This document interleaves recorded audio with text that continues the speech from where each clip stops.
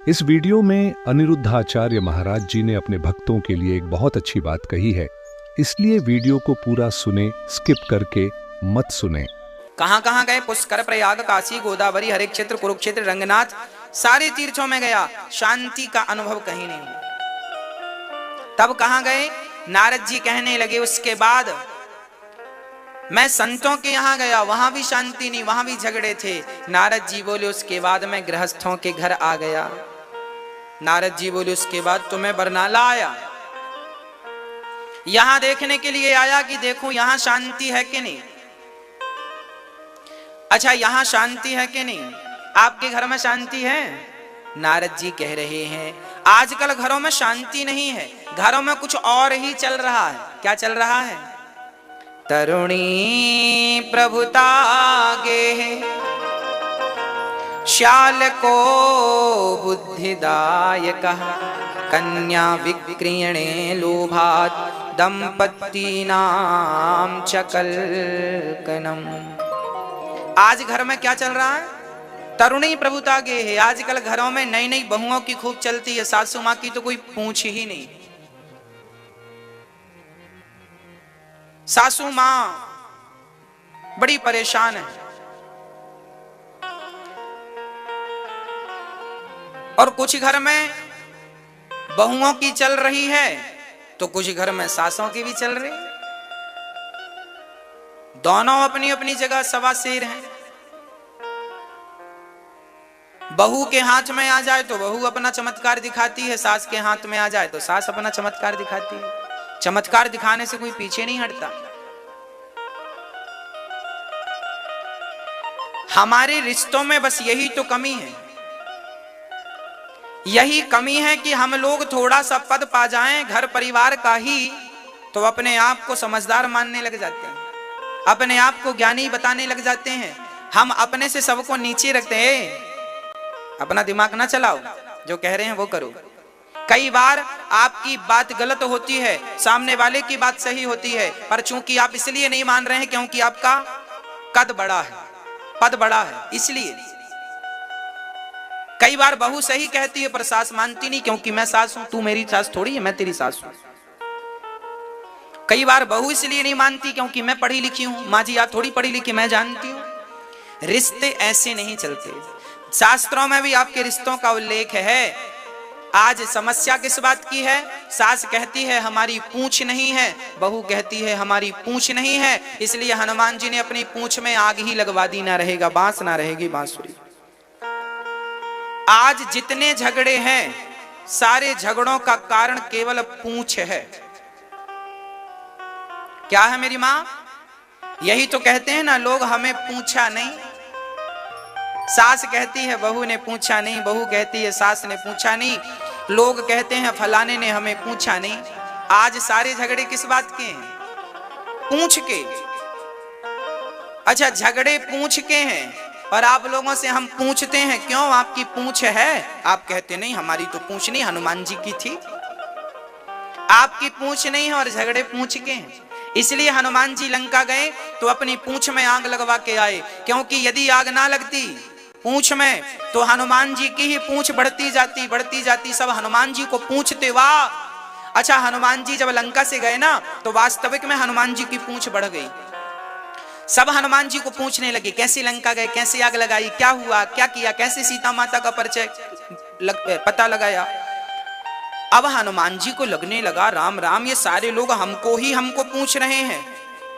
हमको ज्यादा पूछेंगे तो कहीं हमें ज्यादा अहंकार ना आ जाए, और यदि अहंकार आया तो फिर हम राम जी से दूर हो जाएंगे। इसलिए हनुमान जी लंका में ही समझ गए थे कि हम वापस जाएंगे तो हमको ही ज्यादा पूछेंगे, इसलिए राम के पास जाने के पहले ही अपनी पूंछ में आग लगवा दी हनुमान जी। ये जो हमारे अहंकार की पूंछ है, हम लोग अहंकार वश ही तो कहते हैं हमें नहीं जानते हो, हमें नहीं पहचानते हो। अरे हमारी तो पूरे बरनाले में पूंछ है, और अमृतसर तक पूंछ है, दिल्ली तक। कई लोग तो कहते हैं हमारे दिल्ली तक पूंछ है। लो हनुमान जी कितनी तिनकी दिल्ली तक है।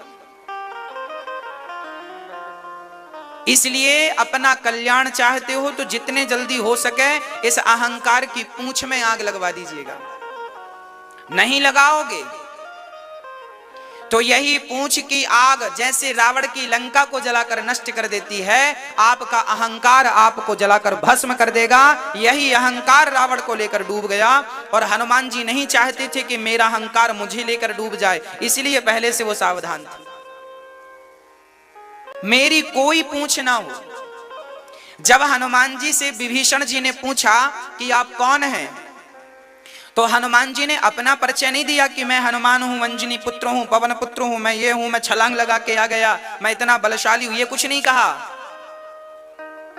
तब हनुमंत कही सब राम कथा निज नाम। विभीषण जी ने पूछा कि आप कौन हैं, तो हनुमान जी ने अपना परिचय नहीं दिया। परिचय किसका दिया? राम का। देखिए हनुमान जी से कहा क्यों आप अपना परिचय क्यों नहीं देते? तब हनुमान जी कहते हैं मेरा अपना परिचय ही क्या है, अरे राम से ही तो मेरा परिचय है, राम ना होते तो मेरा परिचय क्या होता, तो राम ही मेरा परिचय है। इसलिए हम भी अपना अहंकार मिटा दें और सब जगह पर भगवान को बिठा के रखें। भगवान है तो हम अपना अहंकार ना, हमें कोई पूछे तो अच्छा है, ना पूछे तो अच्छा, कोई राम राम करे तो ठीक है, ना करे तो ठीक है, क्या करना, ज्यादा अहंकारी नहीं होना चाहिए। नारद जी महाराज कहते हैं तरुणी प्रभुता गे है, घर में नई नई बहुओं की चलती है। आज बहुत सारी माताएं दुखी हैं, परेशान हैं। हम ये नहीं कहते कि सारी गलतियां बहुओं की है, कई बार सासू मां की भी गलती होती है। बहू चाहती है कि मैं सेवा करूं, पर वो चाहती नहीं कि ये सेवा करे। एक ईगो, एक अहंकार, एक दर्प, एक घमंड, कुछ भी कहो, एटीट्यूड व्यक्ति का, वो परेशान करता। इसलिए कहता हूं कि बुढ़ापे में जैसी हमें प्यार की दो रोटियां मिल जाएं, प्रेम से खा लेना चाहिए, ज्यादा हमें बोलना नहीं चाहिए। और बहुओं को चाहिए कि अपनी माँ को, क्या आप घर में भूखे रहने दोगी? क्या आप अपनी माँ को रात में भूखा सोने दोगी? यदि अपनी माँ को सोने नहीं दोगी तो अपनी सासू माँ को क्यों भूखा सोने देती हो? हमेशा पूछा करो आपने भोजन किया, आपने नहीं किया तो आप भोजन कीजिए। अरे ये दुनिया केवल प्रेम की भूखी है, प्रेम के दो शब्द हम बोलते चलें बस। आज बहुत सारे लोग बहुत सारे बेटे अपनी माँ को मार मार के निकाल देते हैं, अत्याचार करते हैं। इसलिए ये दास गौरी गोपाल वृद्धाश्रम वृंदावन में इसलिए बनवा रहा है। आपने टीवी के माध्यम से सुना होगा, देखा होगा कि रोज कोई ना कोई माँ आती है ये दुख लेकर के मेरे बेटे ने मारा। अभी परसों की घटना आपने परसों की कथा सुनी हो। एक मैया जी आई, वो मैया उन्होंने बताया कि मेरे बेटे, इतनी वृद्ध है वो माँ, उन्होंने बताया कि मेरे बेटे ने हाथ पकड़ के घुमा दिया मेरा, कहा निकल जा घर से। लगभग 80 वर्ष की उम्र है और वो माँ वृंदावन आई तो दास अनिरुद्ध ने वृंदावन में सभी वृद्ध माओं के लिए गौरी गोपाल वृद्धाश्रम बनाया है, ताकि वहां सभी माताओं की सेवा हो सके, उनके रहने की, उनके खाने की समस्त व्यवस्थाएं हो सके। टीवी के माध्यम से आप लोग देख रहे हैं, वहां सभी माताओं की सेवा होती है। ये दास अनिरुद्ध स्वयं अपनी माओ के अपने हाथ से चरण सेवा करता है, क्योंकि मुझे पता है कि इस धरती में सब कुछ धरा रह जाएगा, हमारा केवल पुण्य हमारे साथ जाएगा। कर लीजिए कुछ पुण्य, कर लीजिए कुछ अच्छे कार्य, वही लोग याद रखते हैं। ये दास अनिरुद्ध स्वयं इन माओं की सेवा अपने हाथ से करता है। अपने माओ, इन वृद्ध, ये वही माएं हैं जो वृंदावन में रहने आई हैं, जिनके बेटों ने घर से निकाल दिया है। इन माओं की सेवा, इनके चरणों से लेकर इनके रहने की संपूर्ण व्यवस्थाएं वहां पर हैं।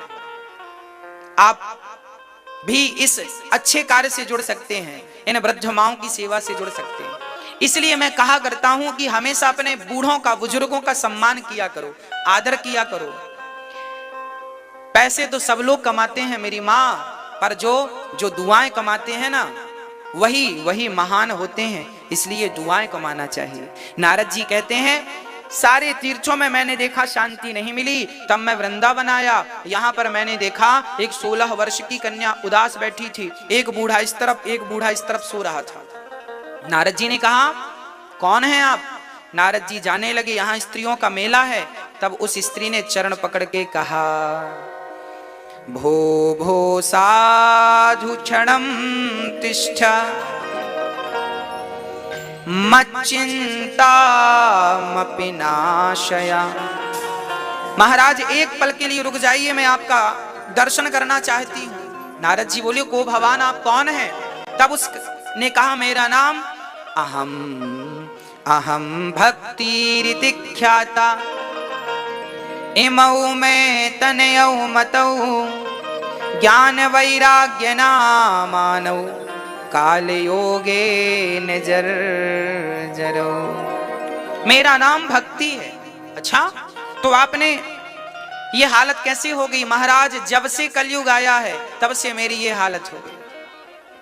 कलयुग ने मेरी हालत ऐसी कर दी। कलयुग में कोई धर्म कर्म बचा नहीं। सत्यम नास्ति तपः शौचम दया दानम न विद्यते। ना सत्य बचा, ना दया बची, ना तपस्या बची। इसलिए नारद जी से भक्ति ने हाथ, देखो भक्ति रानी भी दुखी है। नारद जी ने कहा मैं भागवत सुनवाता हूं आपको। आकाशवाणी हुई सत्कर्म करो। सत्कर्म की खोज में नारद जी समस्त तीर्थों में गए, पर शांति का कहीं अनुभव नहीं। तब बद्रीनाथ में 4 संत मिले, सनक, सनंदन, सनातन, सनत कुमार। इन चारों ने कहा आप भागवत की कथा सुनाइए, इस भागवत से ही इनका दुख दूर होगा। नारद जी ने कहा मैंने गीता सुनाया, वेद पुराण सुनाए, दुख दूर नहीं हुआ, भागवत से होगा? बोले हाँ, दूध से ही घी निकलता है। दही बनाओ, दही का मंथन करो, मक्खन, मक्खन को पकाओ, घी। दूध से ही घी निकलता है। जो काम घी कर सकता है वो काम दूध नहीं कर सकता। घी से पूड़ियां बन सकती हैं, घी से दिया जल सकता है, जबकि ये दोनों काम दूध से संभव नहीं है।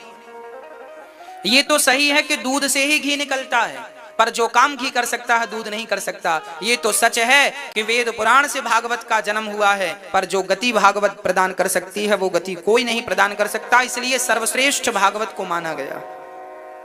इसलिए भक्ति महारानी को नारद जी ने भागवत सुनवाई।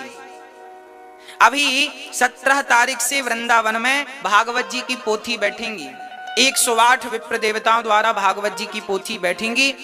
उसमें आप भी एक पोथी अपने कल्याण के लिए भागवत जी सुनी। भक्ति महारानी ने तो उनका दुख दूर हो गया। भागवत हम सभी का दुख दूर करने वाली हैं, तो आप भी अपने कल्याण के लिए, अपने पूर्वजों के कल्याण के लिए भागवत जी की एक पोथी बिठा सकते हैं।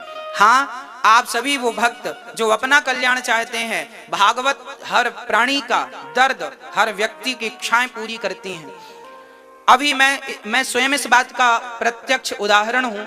लोग हमसे कहते हैं जब भागवत जी का आप एक संपूर्ण पाठ करवाते हैं, संकल्पित आपके संकल्प से होता है, तो भागवत जी से जो मांगा जाता है भागवत जी वो प्रदान करती हैं। आप जो भी इच्छा लेकर भागवत सुनते हैं, भागवत जी का पाठ कराते हैं, भागवत जी वो निश्चित इच्छाएं पूरी करती हैं।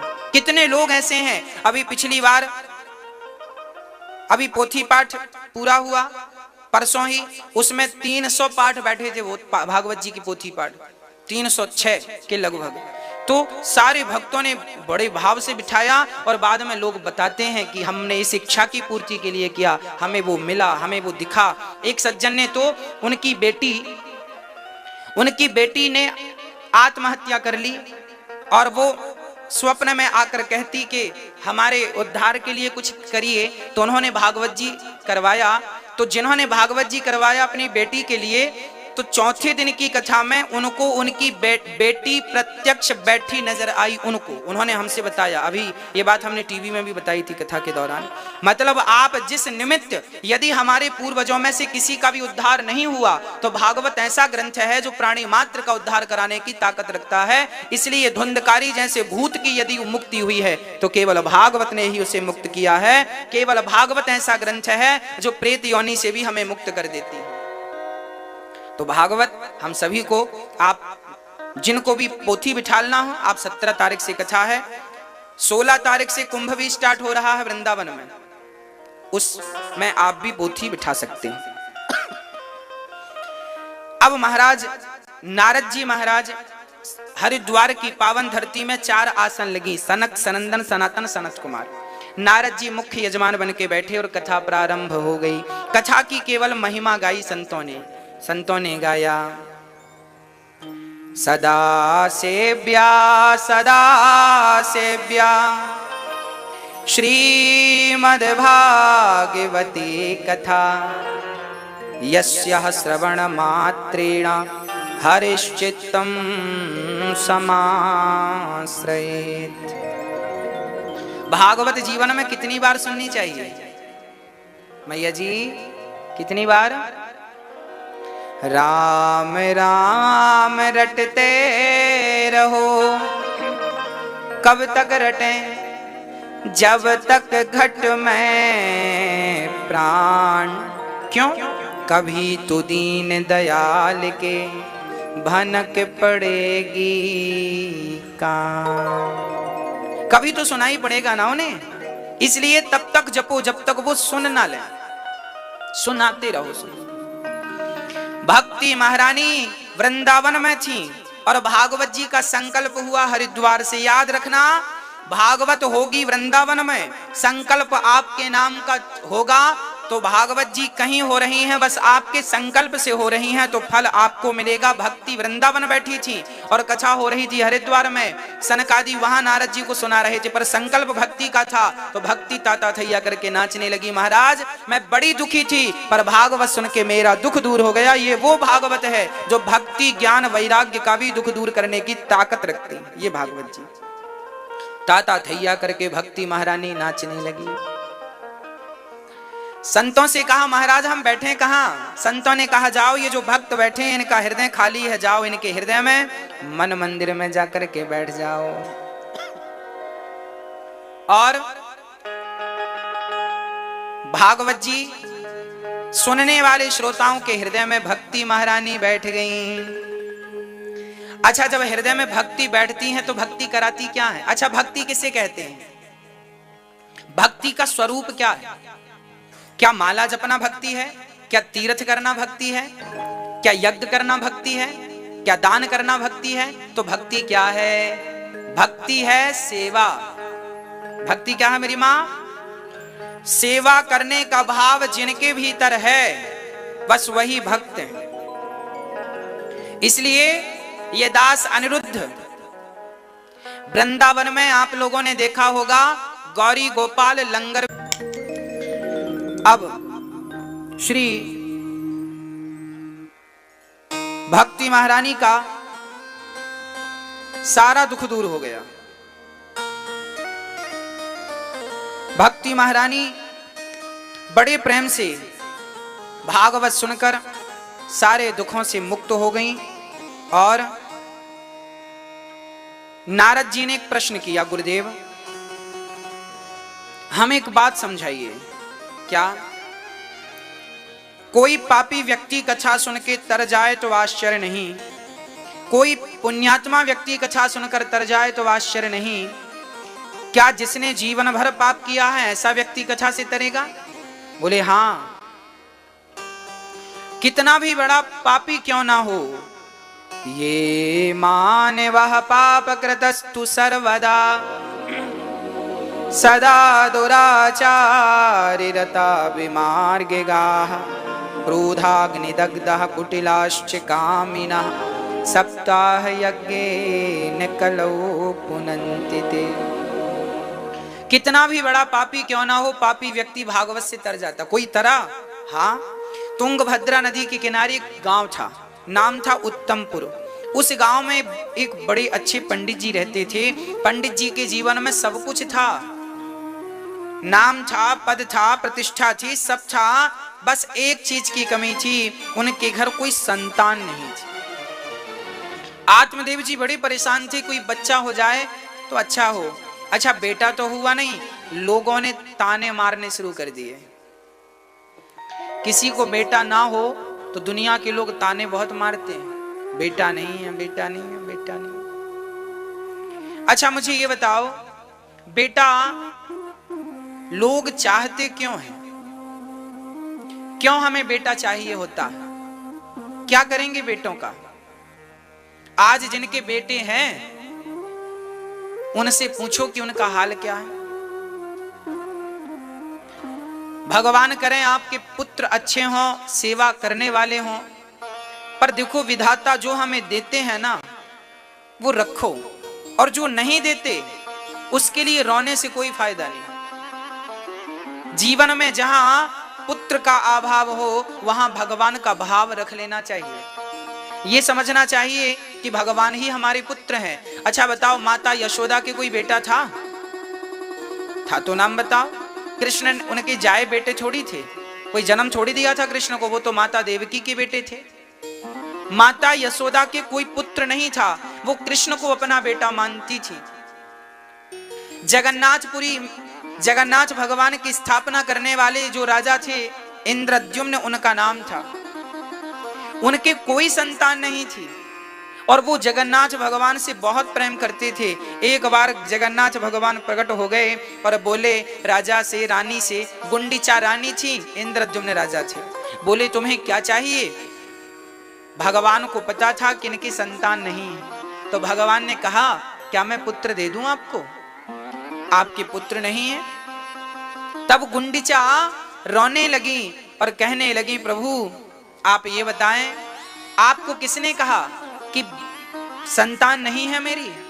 हमारे 3 संतान हैं। अच्छा, हमारे 3 संतान हैं।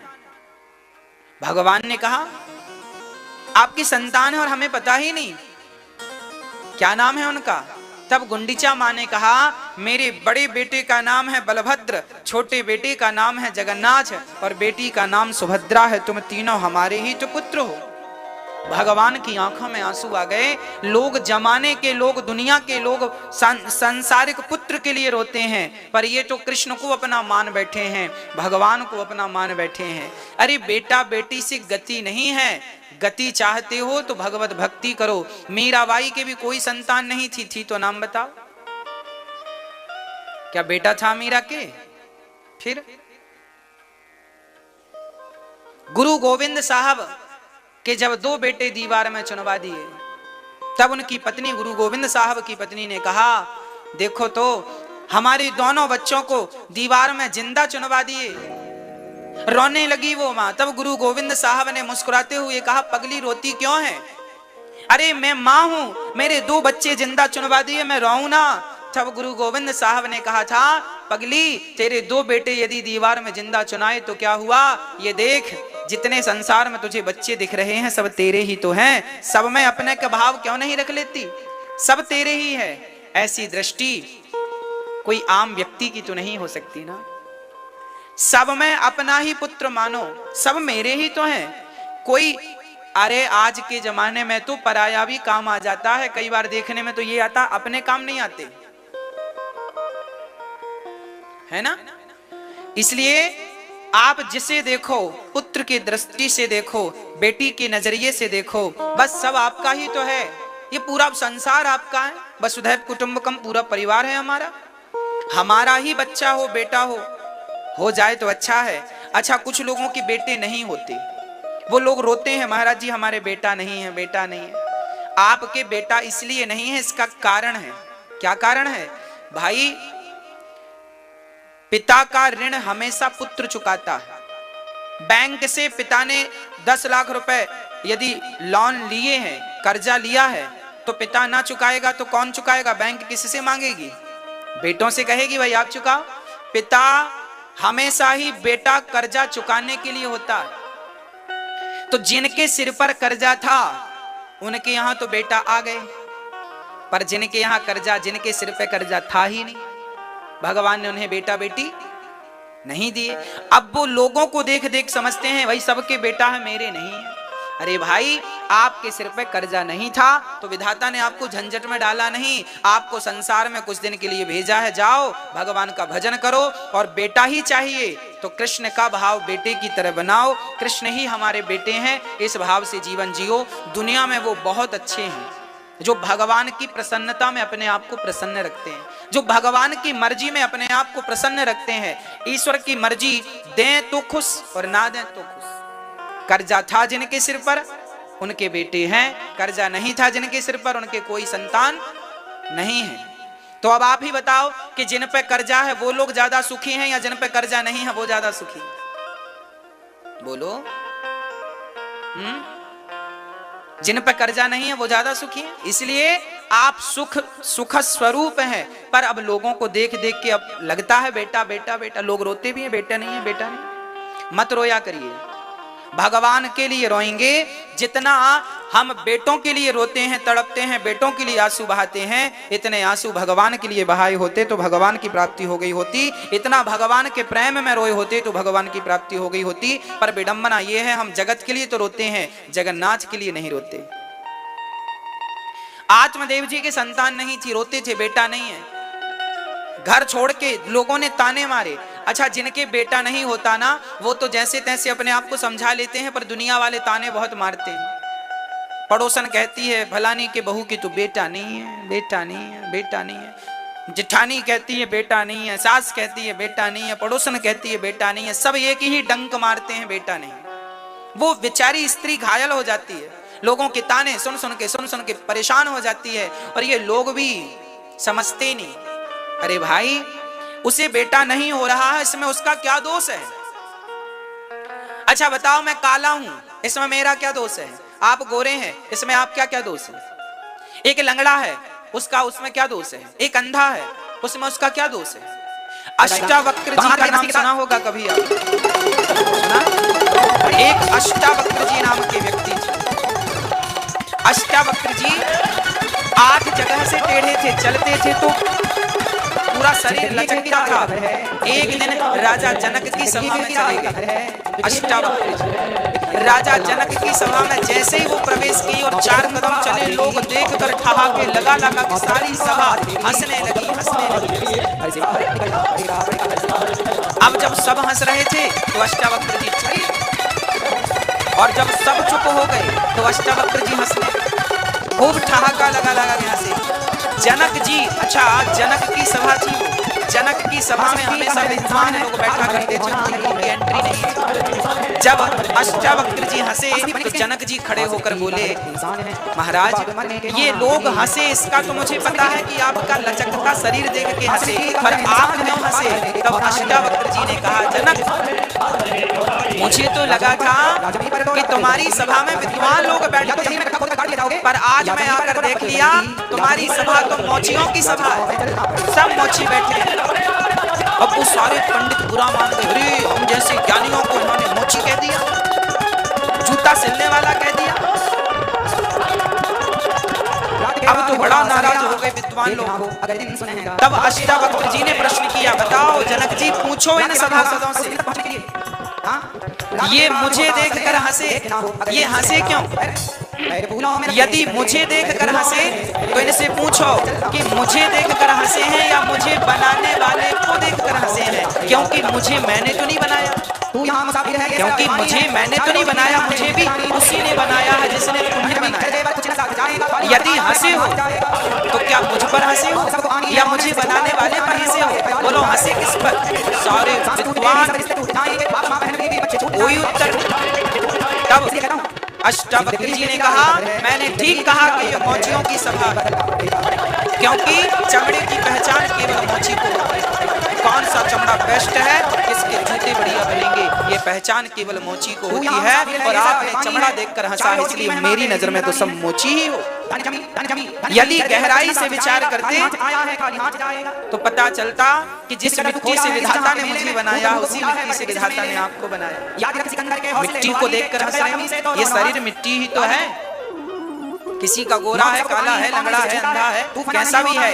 इसलिए आप यदि किसी स्त्री को देखकर हंस रही हो मेरी माँ, किसके बेटा नहीं है, तो याद रखना आपके मुंह से यदि ये निकल गया किसके बेटा नहीं और आपने हंस दिया, इतना निकला किसके बेटा नहीं है, तब तो ठीक है, आपने बताया किसी को फलाने के बेटा नहीं है।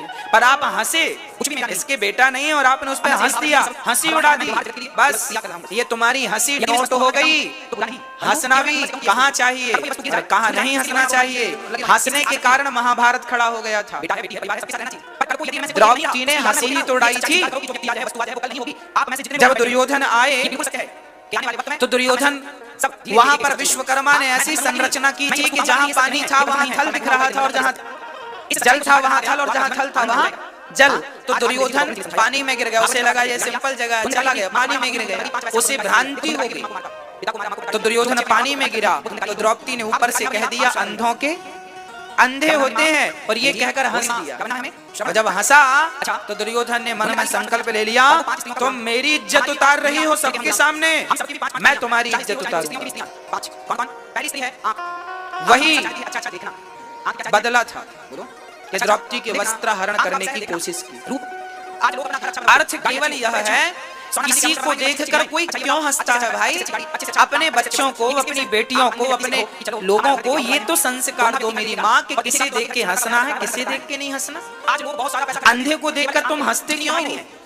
किसी के बेटा नहीं होता हंस